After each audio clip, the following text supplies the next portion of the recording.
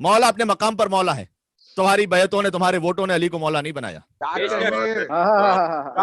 اللہ کا جو نمائندہ ہوتا ہے وہ ووٹ سے نہیں بنتا.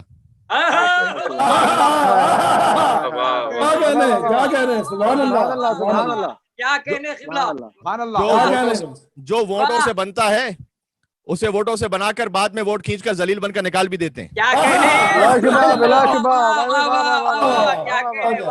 کا نمائندہ ہوتا ہے ساری دنیا میں کوئی ایک اس کا ماننے والا نہ ہو, تب بھی وہ موسیٰ ہوتا ہے, تب بھی وہ عیسیٰ ہوتا ہے, تب بھی وہ نبی ہوتا ہے, تب بھی وہ رسول ہوتا ہے, تب بھی وہ امام ہوتا ہے, وہ زندان میں بھی ہو تو علیہ السلام ہوتا ہے.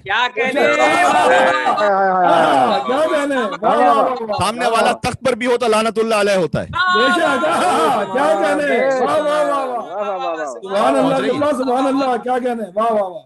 ووٹوں سے جو بنتا ہے وہ تو خلیفہ ہوتا ہے. بھائی یہ تو میرا نظریہ تو نہیں ہے نا, یہ تو خود انہوں نے کہا نا کہ اجماع ہو گیا. اجماع یعنی کیا؟ ووٹ دیے نا. وہ بھی سو کالڈ اجماع تھا, اس میں بات نہیں کرنا چاہتا. جی بسم اللہ. اچھا پہلے میں اجماع ہو گیا, دوسری خلافت میں استخلاف ہوا کیونکہ انہوں نے اپوائنٹ کیا, تیسری خلافت میں شورا. بھائی فیصلہ خود تو کرو کہ بنانا کیسے ہے.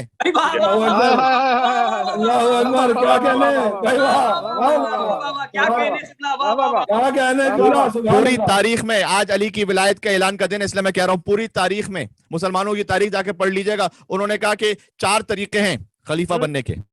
جی 4 طریقے. پہلا یہ ہے کہ اجماع ہو جائے. ہم تو مانتے نہیں, میں تو ان کی بات کر رہا ہوں. اجماع ہو جائے. دوسرا طریقہ یہ ہے کہ پہلا خلیفہ دوسرے کو اپوائنٹ کر دے. تیسرا طریقہ ہے کہ ایک شورا کمیٹی فیصلہ کر لے. کیا کہنے. اور چوتھا طریقہ یہ ہے کہ اگر کوئی جبر کے ساتھ حاکم بن جائے. یہ بھی ہوا ہے تاریخ میں.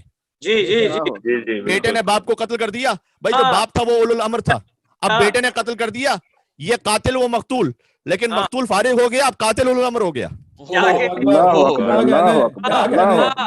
تاریخ مسلمانوں کی جو سنا رہا ہوں, بنی امیہ کی تاریخ, بنی عباس کی تاریخ. اگر ان چاروں میں سے کسی ایک طریقے سے بھی کوئی خلیفہ بن جائے وہ کہتے ہیں لیجیٹیمیٹ خلیفہ ہے. اجماع ہو جائے, استخلاف ہو جائے یعنی اپوائنٹیشن ہو جائے, یعنی تیسرا شورا ہو جائے, چوتھا ہے کہ جبر سے قبضہ ہو جائے لیکن اس کی خلافت کو مان لیں گے. اللہ اکبر. تو جو ان طرق خلافت کو مانتے ہیں وہ کہیں بھاگ نہیں سکتے, انہیں یزید کو خلیفہ ماننا پڑے گا.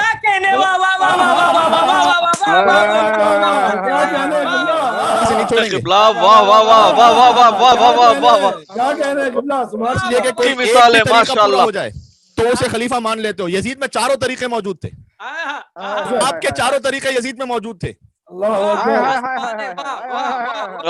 اجماع بھی ایسے ہو چکا تھا کہ حسین کے علاوہ کوئی آواز اٹھانے والا نہیں تھا. سارے صحابی, سارے مسلمان سب چپ تھے, تو گویا اجماع ہو چکا تھا پوری امت اسلامیہ کا, کوئی اپوز کرنے والا نہیں تھا. یزید کے باپ نے یزید کو اپوائنٹ بھی کیا تھا, دوسرا طریقہ بھی ہو گیا. نے بھی فیصلہ کر دیا تھا, اور یزید کا جبر بھی پوری خلافت اسلامیہ پر تھا. چاروں طریقے پورے ہو چکے تھے. ارے میرے بھائی, جس کو ایک طریقہ مل جائے اسے خلیفہ مان لیتے ہو.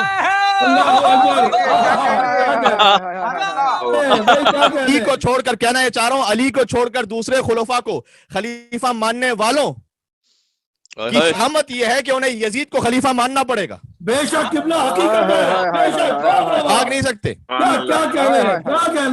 اگر یزید پر لعنت بھیج رہے ہو, بے شمار بے شمار بے شمار, سلامت رہیں سلامت رہیں, یہ لعنت یزید پر رکے گی نہیں. یزید جس طریقے سے یزید خلیفہ بنا تھا, اس طریقے سے جو خلیفہ بنا تھا. اور شہید ناصر عباس صاحب کا جملہ ہے, میں ان کی روح کو مثال ثواب کرتے, یزید کو آگے بڑھ کر اسی لیے بعض لوگوں نے کہا بھئی یہ تو خلیفہ بن گیا, لیجیٹیمیٹ طریقے سے خلیفہ بن گیا, لہٰذا کہنے لگے رضی اللہ تعالیٰ عنہ. یہ کہنا شروع کر دیا نا. تو جناب اگر یزید کو رضی اللہ کہا ہے تو پریشان ہونے کی ضرورت نہیں مومنوں کو. کیا کہنے بھائی ٹھیک بات ہے, ویلکم کر لو. اس لیے کہ جب یزید کو رضی اللہ کہا نا تو اب میں ہر رضی اللہ کو چیک کروں گا, چیک کا جواب نہیں ہے, کہ اندر سے یزید تو نہیں نکل رہا. بات واضح ہو گئی بھائی. میں آپ کو غدیر سے لے کر آ گیا کربلا تک, پورا معاملہ صاف کلیئر ہو گیا. فقط یزید پر لعنت بھیجنے سے جان نہیں چھوٹے گی تمہاری. جس لائن کو تم نے اختیار کیا اس میں یزید آئے گا, اسے ماننا پڑے گا.